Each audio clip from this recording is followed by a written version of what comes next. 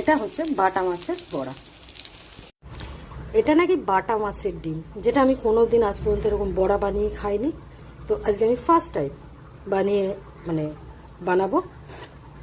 পরিমাণ মতো নুন দেব, অল্প করে একটু লঙ্কার গুঁড়ো দেবো, খানিকটা পেঁয়াজ কুচি দেব, হাফ চামচি আদা রসুনের পেস্ট, একটা বড় পেঁয়াজ কুচি দিলাম, কাঁচা লঙ্কা,